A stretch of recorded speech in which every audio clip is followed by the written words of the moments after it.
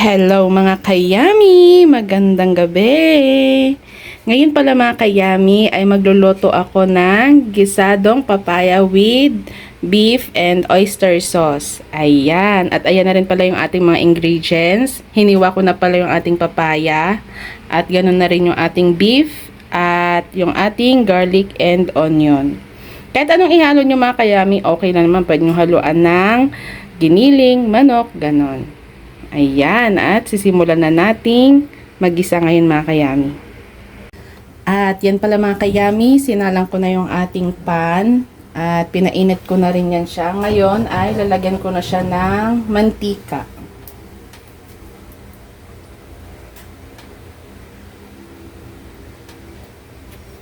Ayan, at okay na yung ganyang karami.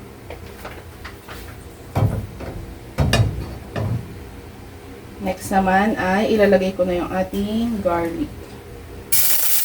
Ayan.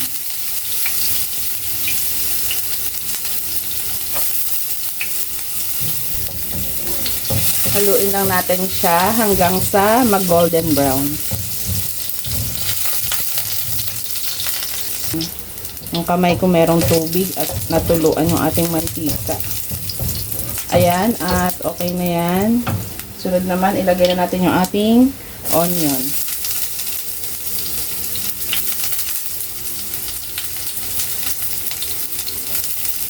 I-mix lang natin hanggang sa mag-caramelize yung onion.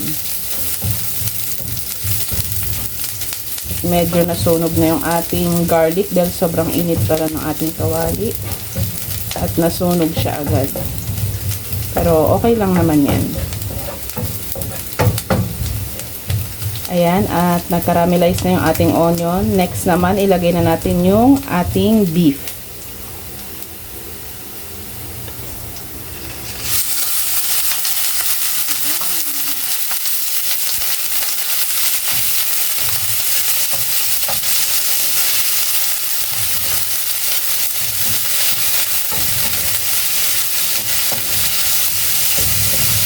Haluin lang natin siya ng maigi. Kaya beef pala mga kayami yung akin nilagay dahil yan lang din yung meron ako dito.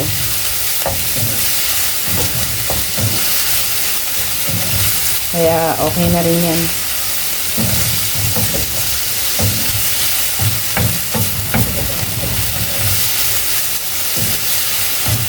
Ayan, pag ganyan na siya mga kayami, lagyan na rin natin siya sunod ng paminta.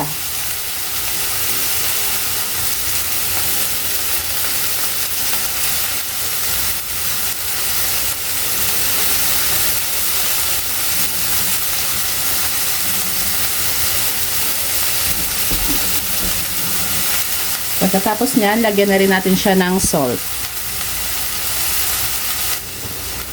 Lagyan na natin siya mga kayami ng konting salt.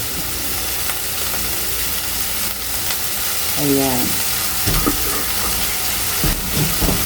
Tapos yan ay haluin lang natin. At pagkatapos naman yan mga kayami, lagyan na natin siya ng konting sabaw. Huwag mo munang ilagay yung papaya. Lutuin muna natin ng konti yung ating beef. Lagyan na natin siya ng konting sabaw. Ayan. At haluin nyo lang.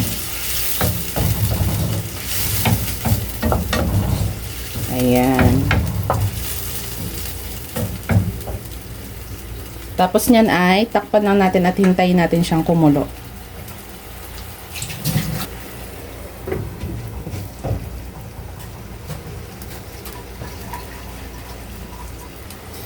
At yan pala mga kayami, at medyo kumonti na yung kanyang sabaw. Haluin muna natin siya. Ayan, at kumonti na at medyo lumambot na rin yung ating beef.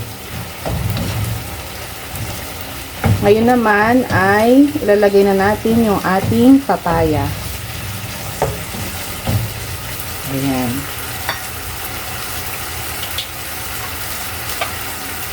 Ito yung ating papaya mga kayami.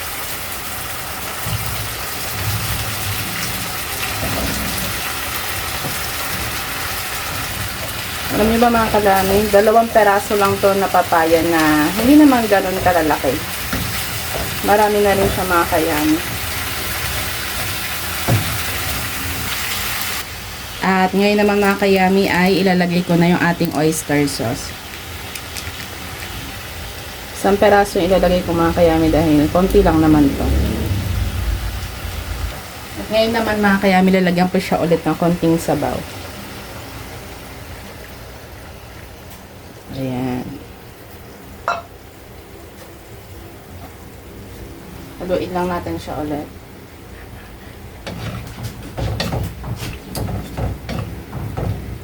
Ayan. At ngayon ay, bago ko siya tatakpan, lalagyan ko na siya ng beef cubes at lalagyan ko rin siya ng konting toyo para kumulay. Para magkaroon naman ng buhay. Konting toyo lang mga kayami.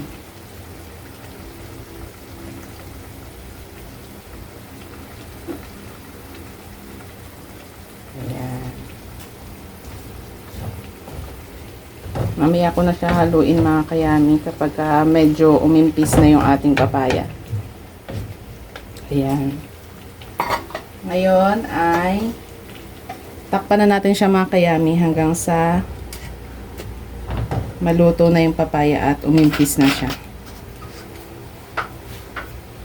At yan pala mga kayami, kumukulo na yung ating papaya, gisadong papaya. Ngayon naman ay haluin natin siya dahil umimpis na siya mga kayami.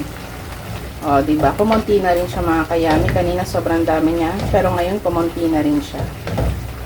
At pagkatapos natin siyang haluin, oras na para tikman. Dahil yung ating papaya mga kayami ay luto na rin. Ayan. Masarap din talaga kapag may konting sabaw mga kayami. Malapit na siyang maluto mga kayami. Kaya titikman ko na siya mga kayami ngayon. Kung okay na ba yung kanyang lasa.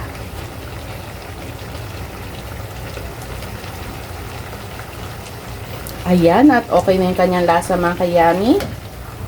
Masarap siya dahil ang ating sabaw ay manamis-namis. Gawa nga yung papaya ay manamis-namis talaga to. Ayan, haluin na natin ng maayos. At sakto lang din talaga yung mga linagay nating mga pampalasa mga kayami. Ayan, konting pakulo na lang at okay na. Pwede na tayong kumain mga kayami. At yan na pala mga kayami, luto na ang ating gisadong papaya with beef and oyster sauce. Ayan! Wow! Yummers! Kain tayo mga kayami! Ayan! Bye-bye!